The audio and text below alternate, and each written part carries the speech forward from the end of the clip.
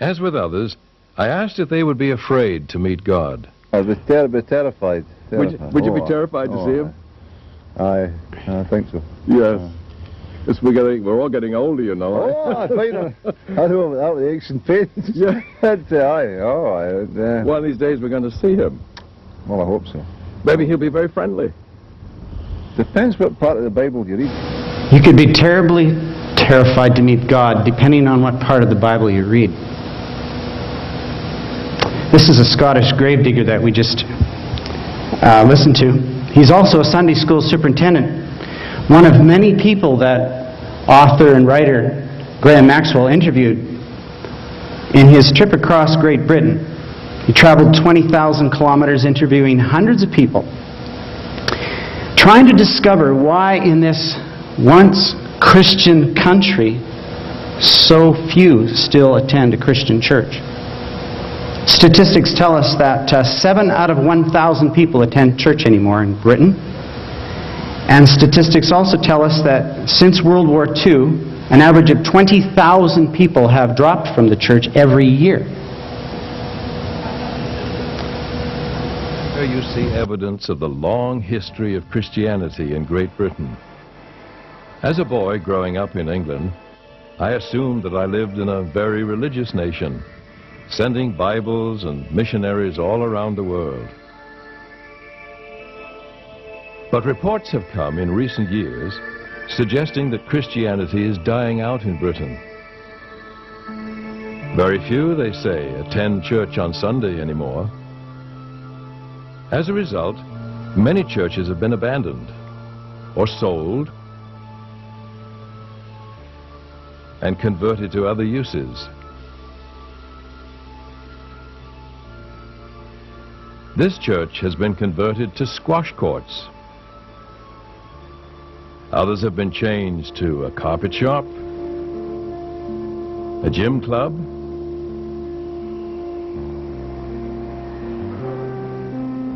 a furniture warehouse, a home improvement center, a bingo club,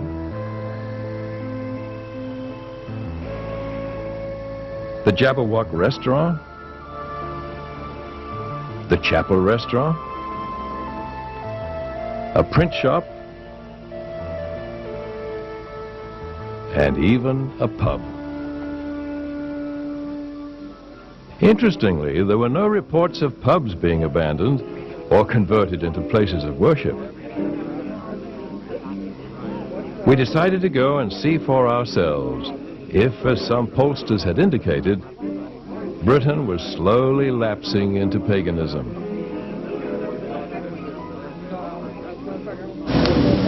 In his interviews, one question that Maxwell liked to ask was, why are the churches so empty and the pubs so full?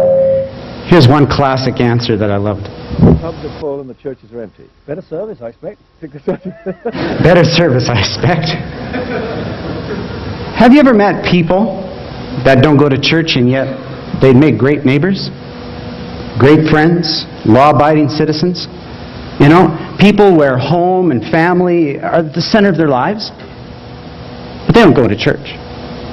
In England, it seems that people used to find warmth and family and friendship in the church, but now they're seeking community in the neighborhood pubs. You know, some people that were interviewed by Maxwell took issue with the church. But most people he interviewed seemed to have an issue with God himself. As one Shakespearean actress heatedly complained that the God of the Old Testament is certainly more cruel than some of the other gods. I'd like to make one point before I go, do, please. Which is that religion seems to be necessary to people. Yes. It also seems to have been the cause of some of the most appalling cruelty and dissension and wars in Yes. the world. Yes. People need religion, and they need to believe in the sun or whatever Muhammad or any of those. They're not all cruel. Some of the other gods are much less cruel than the God of the Old Testament. but it always seems, and it still seems, it seems in the past and it still seems to be the cause of the most appalling cruelty and wars. Christian and every other god. Look at, I mean, amazing Northern Ireland, which is particularly pertinent to us in England. How can they both pretend to be Christians? It's pathetic. I think they're worshipping the same God. God knows. Excuse me. Why would this woman have come to these conclusions about God? Let's listen to her description of the God that she knew from her memories of childhood. Because it seemed to her that the God that she knew was a God of terror, and apparently no trustworthy God has been able to replace him.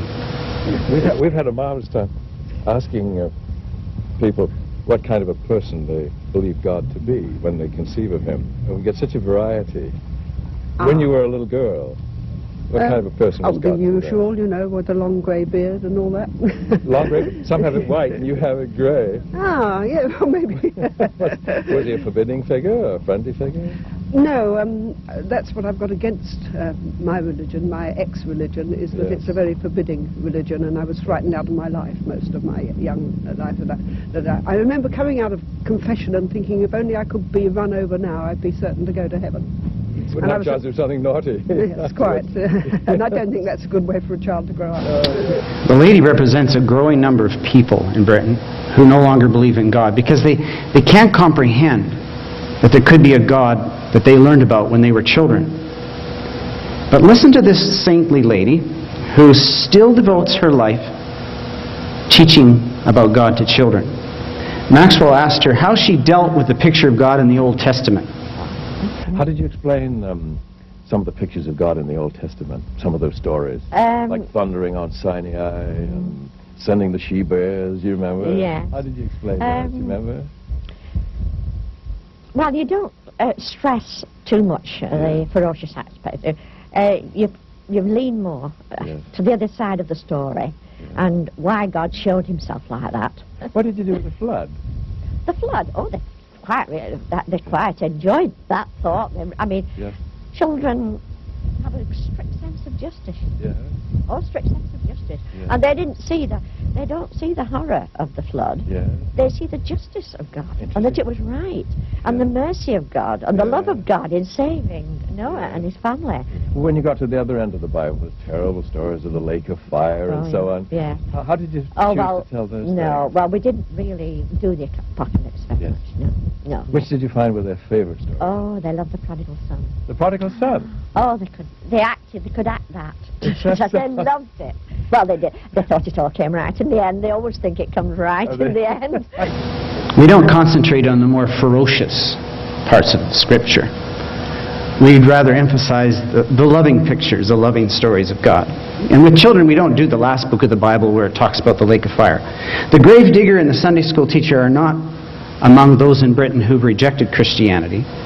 But, you know, even both of them agreed and confessed that many others have given up on God because of the more ferocious aspects of Scripture. How about you? Did you grow up with references to the horrors of hell, or with a sort of weight over you about how it might be impossible to trust God who demands obedience out of threat of punishment? Almost everyone interviewed, people testified that they had been pressured into going to church by their mums and their grannies. And as these people grew older, they had unanswered questions about God, and that led to what they said was disillusionment. Disillusionment was a frequent term that people used in his interviews. Disillusionment with the Bible. Disillusionment with God. Disillusionment with the church. In a land that's done so much, historically, to spread Scripture worldwide, one shopkeeper said that he's doing well to sell 2 Bibles in a year in his bookshop. Listen to this confession of an ice cream vendor. People still filling the churches in England?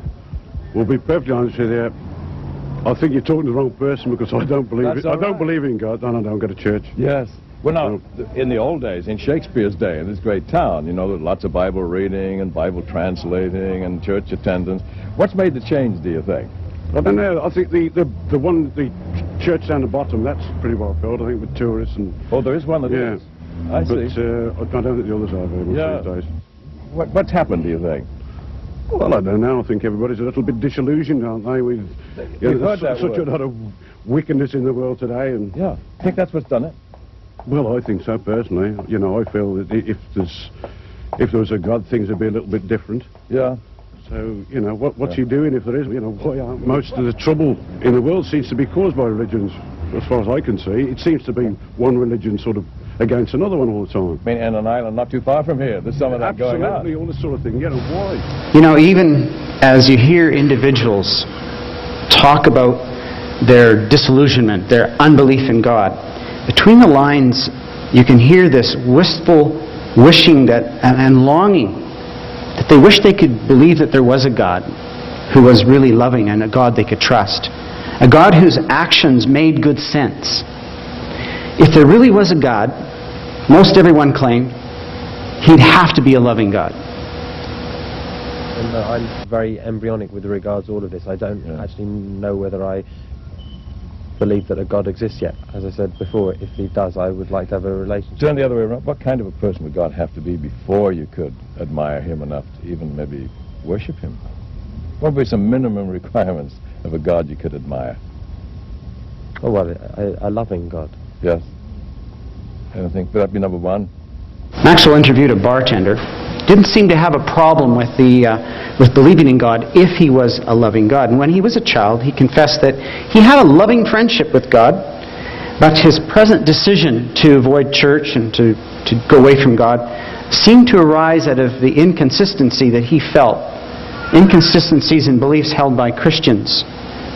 That there was both a loving God and a place called hell. Like him back then when you were a child? Yes, we had a very nice and natural relationship. You did? Yes. Did you talk to him? Yes, surely. We went to church one day and see him on his cross over the altar. And, what did you think about that? And said, hello, how are you? Yes, you and, yes, and now I have no longer time, I must play again with my friends. Yes. Yeah. The relationship to God is something you should enjoy. Does this mean when you grew up you weren't afraid of God? No, never. But you regarded him with reverence? Yes, surely. Reverence but not afraid? No, never afraid. Why? Does that mean perhaps you regarded your parents in the same way? Respect? I had a very big respect before my father, yes. Yes. He was a very strong man. He was a judge, yes, and used to rule his surrounding, yes. And my father did too. And that is but you weren't afraid of him? No, no. What did you think about hell those days? Oh, I find it a funny idea to shock people, yes, and to bring them on the other way. Do you think it works for a beginning? I think the fire there will be not too hot, yes. They themselves wouldn't like it, and I really think it is more or less a funny idea to try to punish people, yes. And when you believe in one or the other way on God, a hell couldn't exist at all. Yeah. Because God never would allow that anybody's going down. Yeah. Love me or I'll kill you just doesn't make sense. No. Look, that is absolutely would be wrong. Yeah. That would be wrong. Then the whole picture... However, find some who believed. And those that did believe seemed to be very consistent in describing the picture of God that they had. Like this Christian Shakespearean actor, for example. When I was about 18, I went to drama college. I started to have sort of questions about why I was alive and things. And my uncle became a Christian at a Pentecostal church, and I actually read John's Gospel. That was the first book in the Bible? That I read, and it really affected me. And then I went through a period of questioning, and it got to a stage where I was invited to a meeting. It was by a man called Eric Dove, who was talking about a lecture entitled Everything You've Wanted to Know About God But Were Afraid to Ask. Oh, yes. Yeah. And it was really about Jesus that really impressed me, and the whole thing about Jesus being God's self-revelation, that God is actually like Jesus. Oh, that's all through the Gospel of John. So I became a Christian when I was 18. That's 4 years this November the 11th.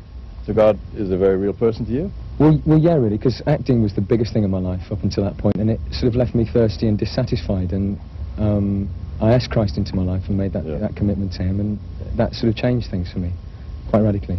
Made life more worth living to you? Well, yeah, it was a bit like living in black and white and then suddenly you're living in colour. Everything takes on a new meaning, like that tree, for instance. Like, it's not just a an accidental mass of chemicals that are assembled in a void in the universe. Things have purpose and meaning, and I believe God is a loving Father, and that's really what changed me, I suppose. You are ready to do.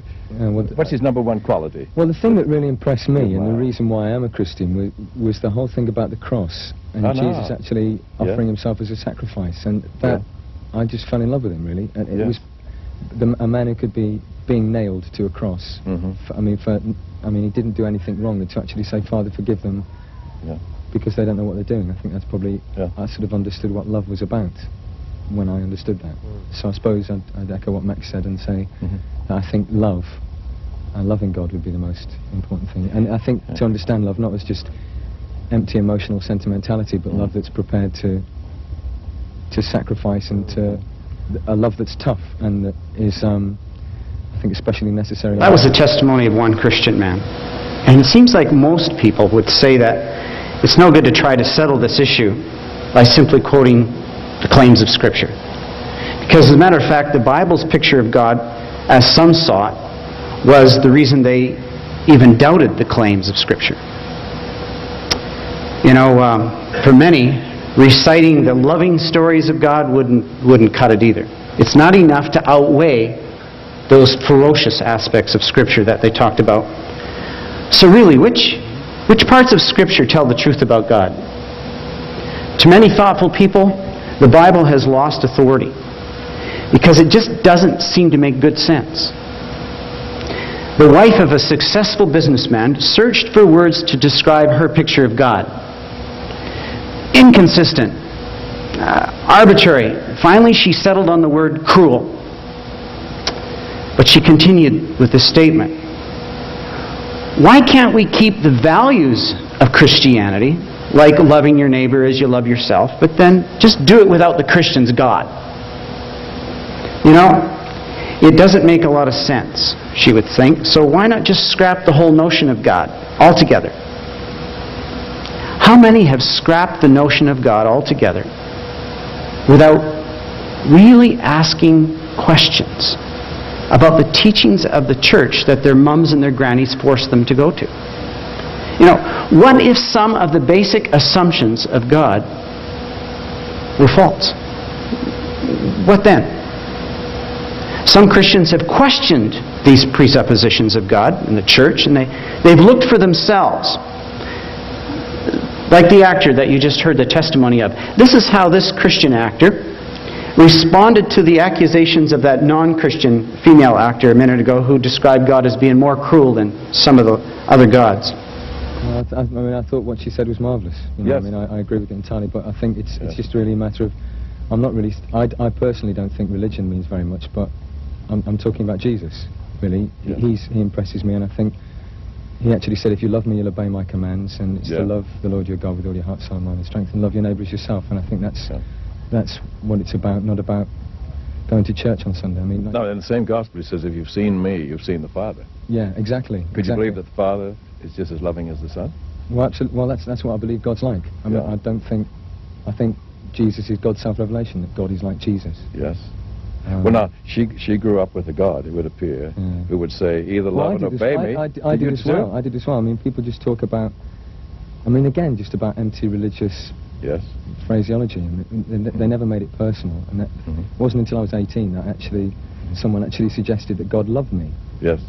And I think that's a terrible, that's a slight, really. What do you think if God would say, you either love me or I'll kill you? Love me or I'll burn you to death? I wouldn't does hell suggest that? Well, personally, I understand hell as being separate from God. I understand hell as loneliness and isolation from God. I think people have got a lot to cope with understanding the problem of suffering and pain. You know, if there's a God, why is there an Ethiopia and why are there wars? I think that's really the major dilemma. And they believe if there is a God, then he must be hopelessly cruel to allow all this suffering to go on. How do you answer that when they ask that to you? Well, that's a toughie, isn't it? It is a tough one.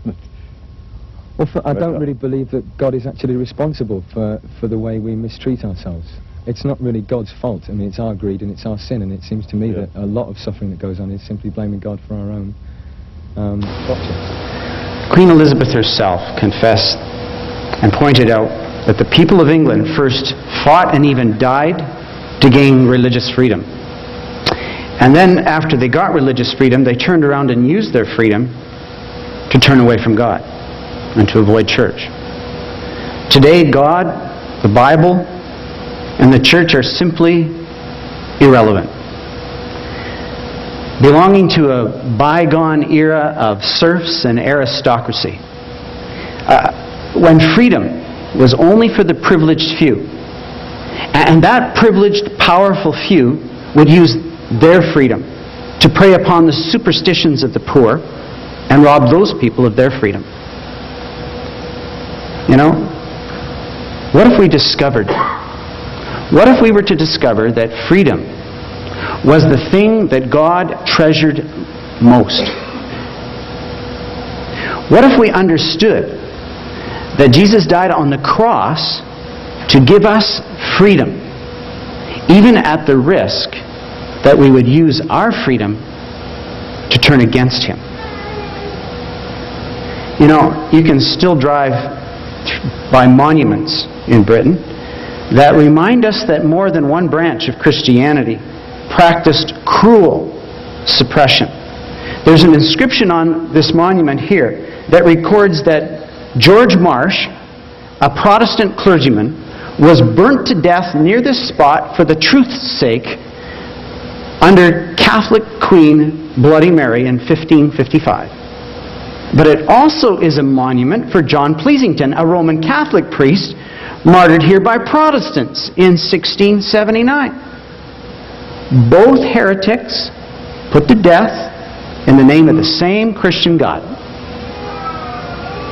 You know, you've got to wonder about the crowds that enjoyed gathering for those burnings. Somehow as they witnessed those proceedings, they must have had some confusing ideas of God in their minds and some fear out of that. Even in more recent enlightened times, the minds of many people, in their minds, God and the Bible and the church are not seen as enhancing the dignity of freedom and individuality. Failing to make good sense out of Christianity, many have apparently found it easier to consider God and religion right alongside Stonehenge and the Tower of London and all those other cultural heritages of Great Britain. Something to be preserved and maybe even treasured, but certainly not part of the real modern world that we live in. Along his way, Maxwell interviewed a motorcycle gang. And interestingly enough, all the members of this gang had attended in their early years Christian schools. And yet they could barely remember one or two stories from the Bible. But interestingly enough, one of the gang members added that he would like to believe in God, but only if there was a loving God. And until we know that for sure, he wasn't ready to believe. One of the gang members said, we ought to at least be good to each other, because there is no real, in his London Cockney, there is no real L. L is people. People not being decent to one another, he said. That's what hell is. One Oxford librarian himself, a devout Christian, he observed this. One good thing that can be said about the decline of religion in Britain is that people are now more tolerant toward each other.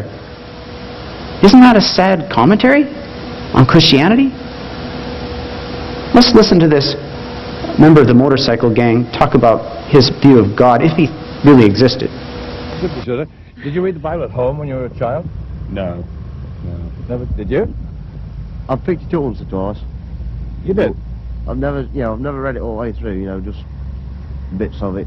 Well, you've read quite a few bits. I've, one or two bits out of it, when I was a lad. Have you thought of another story beside the loaves and the fishes? Moses. Moses? What about Moses? What do you remember? In the reeds. Well, Moses in the bulrushes, the reeds there, the basket. So, well, now he went from Egypt over to Mount Sinai, and God thundered, and there was an earthquake. What did you think when you were a child about the God who makes so much noise on Mount Sinai? I can't remember that well. I can't remember the story. I can remember bits of it. I can remember what it was about, sort of thing.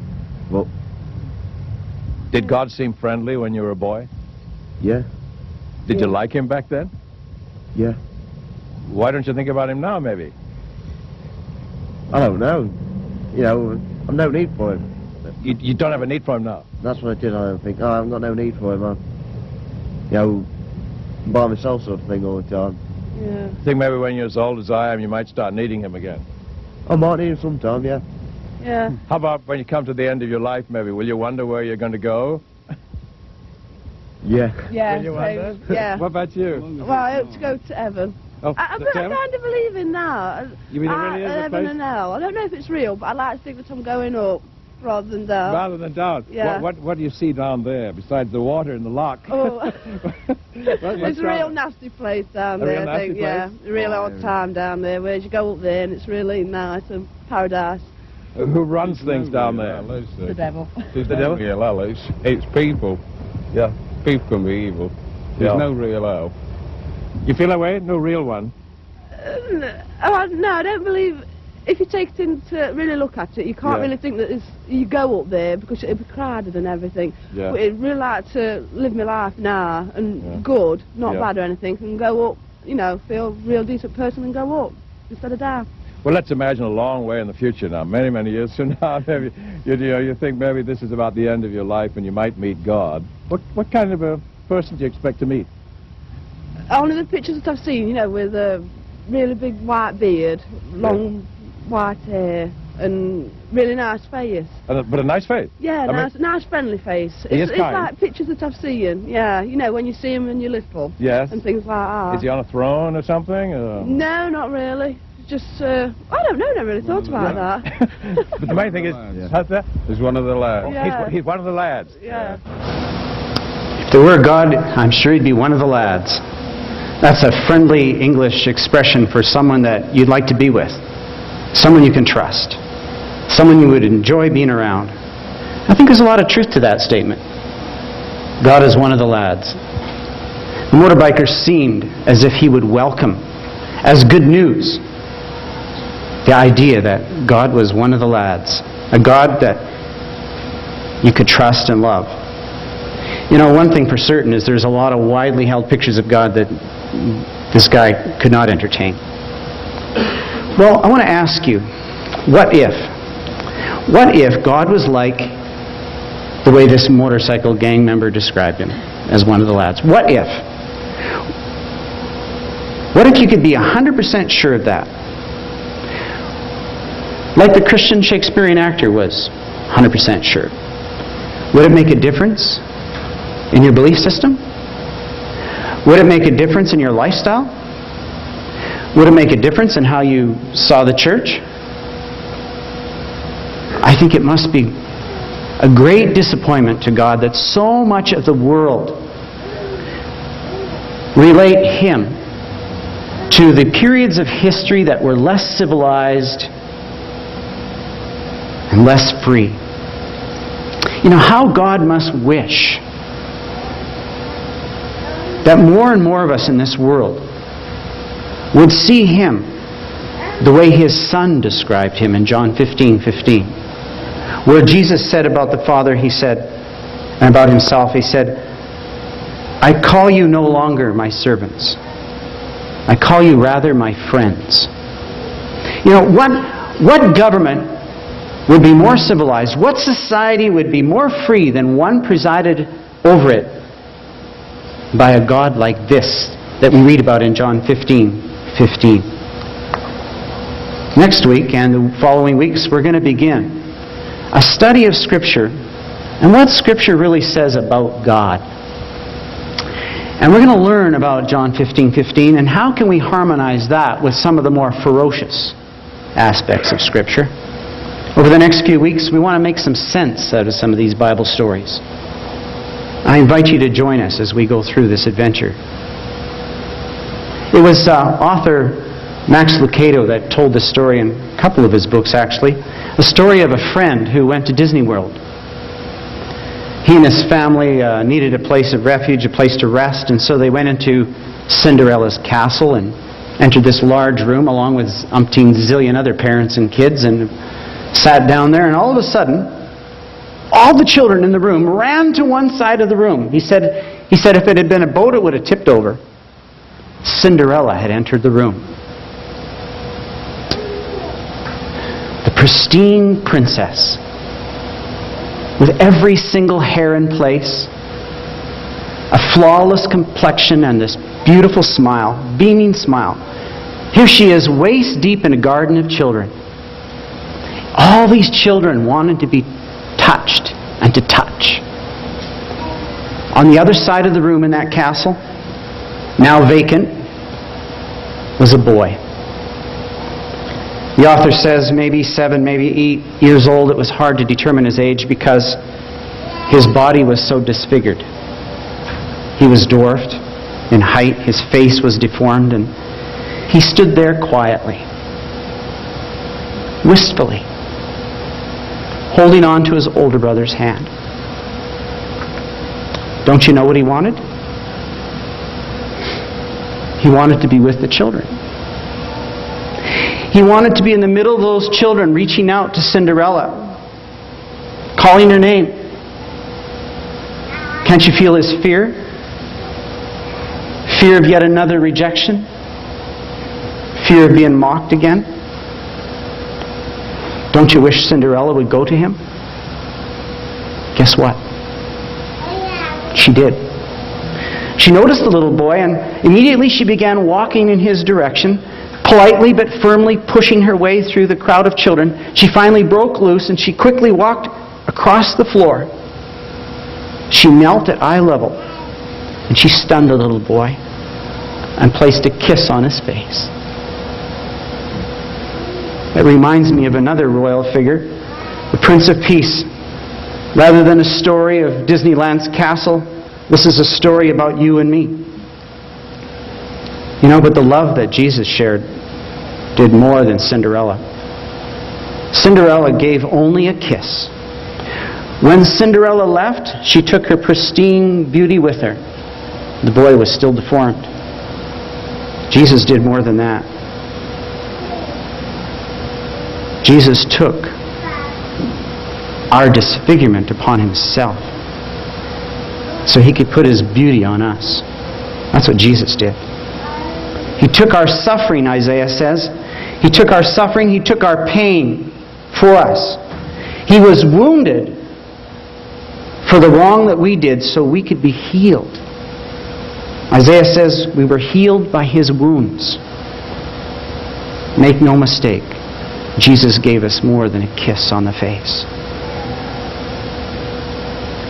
Listen as Dale shares a song with us that attempts to describe the God that I and many people in this church have come to find out in a very real way. Yes. Do you like going to church? Yes. Does your daddy preach good sermons? Well, sometimes not. Oh, really? What's your favorite subject when your daddy preaches? What do you like him to talk about most? When Jesus died on the cross. When Jesus died on the cross? Why do you like that? I don't know. When you think about God, what kind of a person is he? A very special person. Would you be afraid to meet him? No. Why? Because he's the one that looks after us all the time. Daniel, would you like to see Jesus? Yes. Why? Because I love him.